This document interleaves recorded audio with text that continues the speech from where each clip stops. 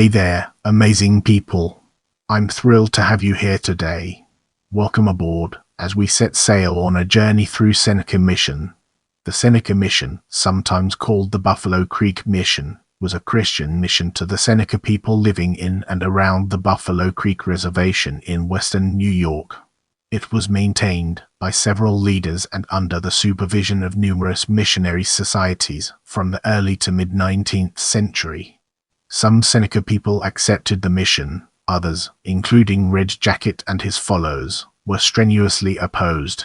Missionaries affiliated with the Seneca Mission, including Asher Wright, transcribed the Seneca language into the Roman alphabet and printed Christian literature in Seneca.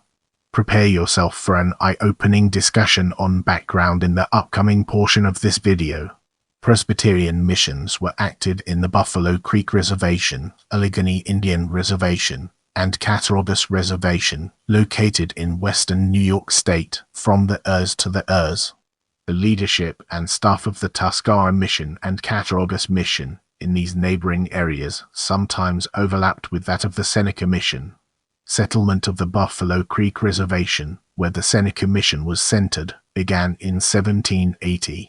Contemporary and modern historians divide the Senecas into two camps as of 1820. The Christian camp, led by a man known as Captain Pollard or Colonel Pollard, supported the missions. The pagan camp was led by Red Jacket, who spoke out against the missions and petitioned DeWitt Clinton, New York's governor, for assistance against them. Let's now zoom in on early missions and uncover the hidden gems that lie within. Early missions. In 1764, Samuel Kirkland visited the Senecas, intending to convert them to Christianity. He returned home after 2 years, and soon after commenced a mission among the Oneida people. About 1765, the Quakers, with the support of George Washington, began missions in New York among the Seneca. Over 20 years, they spent more than $40,000 supporting schools among other institutions. A Quaker mission was founded near Allegheny in May 1798, which later grew to encompass the Cattaraugus area as well. In 1800, the New York Missionary Society sent Elkanah Holmes as a missionary to the Tuskara people and the Seneca people. From a report presented at their annual meeting on April 5, 1802, it appears that he established headquarters at Niagara. In April 1801, Holmes visited New York with proposals to build 2 schoolhouses, one at Buffalo Creek, the other at a Tuskara village about 4 miles from Lewiston. The Senecas had earlier rejected a missionary sent from Boston. This was presumably Jacob Cram, a missionary affiliated either with the Society for Propagating Christian Knowledge or the Massachusetts Missionary Society, whom they had rejected. On his visit to New York, Holmes received about $190 in support of a school at Buffalo Creek. Upon his return, efforts were made to establish a missionary school in the area. Handsome Lake was against building a school at Buffalo Creek, but later accepted the idea.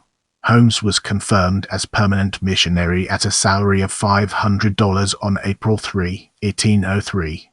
Holmes lived at the Tuskara village until he came to disagree with the society regarding the formation of a church among the Tuscaroras.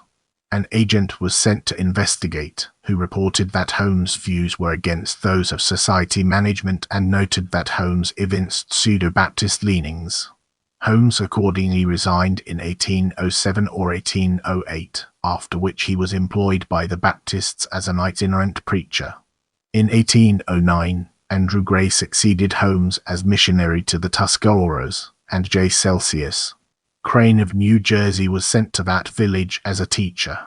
Crane later became the head of the mission, at which post he remained until his death in January 1826. In 1811, the society sent John Alexander as a missionary to the Senecas at Buffalo Creek, but after meeting with the chiefs in council he found them still suspicious that some attempt was on foot to gain possession of their lands, and they refused to receive him. Let's now turn our gaze towards Alexander and Hyde Ministry and explore the fascinating connections it has to offer. Alexander and Hyde Ministry. The mission at the Seneca village, about 4 miles east of Buffalo, on Buffalo Creek, was begun by the New York Missionary Society in 1811 and transferred to the United Foreign Missionary Society in 1821. In 1811, John Alexander and Jabez Bacchus Hyde were sent to the Seneca with the hope of forming a permanent mission. Alexander was initially refused entry, while Hyde was invited to remain and establish a school, which he did in 1811. Hyde continued at the mission as a teacher until 1819, when he was appointed as a catechist. James Young replaced him as teacher. Hyde was replaced by Thompson South. Harris in 1821. A manuscript by Hyde dated August 8, 1820, titled Account of the Seneca Indians and Mission, in the collection of the Buffalo Historical Society, explains Hyde's experiences at the mission.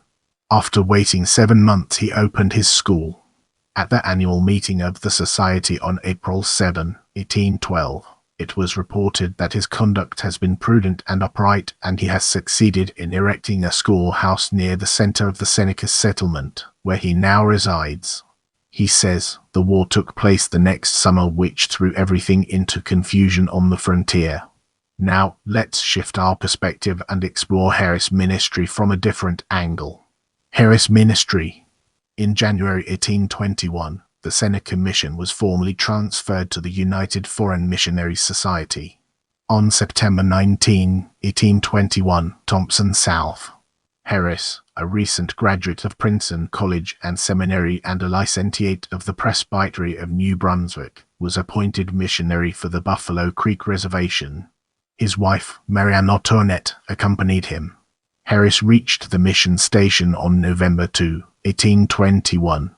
On his arrival, Harris had brought a letter to the Indians from the United States Department of War commending the mission and the school. At the mission station, besides the Harrises and the Youngs, there were 2 assistants, Miss Van Patten and Miss Reeve. Later on, Phoebe Selden of Hartford, Connecticut from 1826 to 1833, and Asseneth Bishop of Homer, New York from February 23, 1823 to November 1841, were among the mission staff. Nancy Henderson was at the mission from 1824 until 1830, Emily Root from 1827 to 1833, and Rebecca Newhall from 1828 to 1832. From 1828 to 1830 or 1831, a Mr. Morton was in charge of the school and his wife was one of the assistants. On December 5, 1821, Harris spoke with Jasper Parrish, United States agent for the Six Nations, who, according to Harris, appear to be friendly to our establishment and anxious for the improvement of the people. In 1821, the New York State Legislature passed a law requiring county-level officials to remove white people from reservations, after Red Jacket and others complained about incursions into their territory. Some Christians petitioned the legislature from 1822 to 1824 to change the law, but were initially unsuccessful. Red Jacket and his followers, with whom some white pagans joined, entered a formal complaint against the mission staff remaining on the reservation. They were successful. In March 1824, the mission was broken up by court order. A year later, however, the law was changed and Harris returned to the mission. In June 1825, the mission recommenced operations by the fall of that year. Upon his return, Harris began supervising the missions at Cattaraugus and the Tuscarora village in addition to the one at Seneca.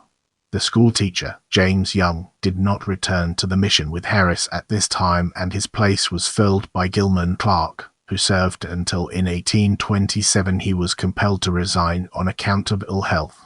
An important co-tutor at this time was Hanover Bradley, who with his wife Catherine Wheeler had joined the family at Christmas, 1823, as steward and farmer, afterward becoming a catechist. Harris resigned from the mission on June 28, 1830, and for a short time the mission was under Bradley's supervision. On July 31, 1826, the United States Foreign Missionary Society was merged into the American Board of Commissioners for Foreign Missions, and the Seneca Mission was transferred to its control. Moving on to the next segment, we have Wright Ministry. Wright Ministry. Asher Wright's ministry began on November 9, 1831, and lasted until his death on April 13, 1875. Wright was born in Hanover, New Hampshire, in 1803, and had recently graduated from Andover Seminary. He brought his wife Martha Egerton of Randolph, Vermont, with him, but she died soon thereafter, and he married again on January 21, 1833. His second wife was Laura M. Sheldon of Street, Johnsbury, Vermont, January 21, 1886. Wright developed a system for writing Seneca while at the mission. The first book printed in Seneca using Wright's system was a small primer published in Boston in 1836 for the mission school's use. In 1841, Wright founded the Mission Press. Benjamin Celsius Van Duzy came to the mission that year and was employed as a printer. The press was set up in a lean-to attached to the house, and its earliest publication was the first issue of a small 8-page periodical entitled Ne Jagani Gogwath in English. The Mental Elevator Wike was launched on November 30, 1841. 19 8-page issues of the Mental Elevator were printed. They appeared at irregular intervals, 9 of them having been printed at the Buffalo Creek Reservation, the 9th issue dated April 1, 1845. In 1846, when the Buffalo Creek Reservation was given up, the press was moved to the Cattaraugus Reservation, where 10 more issues were printed. In 1842, Wright published a spelling book in the Seneca language with English definitions, a work which compiled Wright's linguistic efforts in developing a Seneca alphabet, work which involved self-devised phonetic systems and other linguistic methods. The Treaty of Buffalo Creek, January 15, 1838, as amended June 11, 1838, proclaimed by President Martin Van Buren in April 1839, expelled a large number of indigenous people from western New York. However, a second treaty was entered into on May 20, 1842, by which the Senecas retained the Allegheny and Cattaraugus lands but gave the Buffalo Creek and Tonawanda reservations to the Ogden Land Company. The Tonawanda Senecas ultimately regained their land by purchase. The Wrights remained at the Seneca Station until 1845 or 1846, when the Senecas were expelled from the Buffalo Creek Reservation and sent to Cattaraugus. The mission at Buffalo Creek ended with the Senecas' expulsion, but Wright remained as a minister in Cattaraugus. Now, let's shift our perspective and explore after the Wright ministry from a different angle. The Seneca mission survived in some form as late as 1885, when the missionary Morton Fahrenheit Tripp wrote in a profile of the Seneca that the mission comprised 5 reservations, 4 in New York and 1 in Pennsylvania, with a total Indian population of 3,849, occupying 102 square miles or 65,338 acres, 21,890 of which are under cultivation. Thank you for watching. I appreciate your support, and I'll see you in the next video.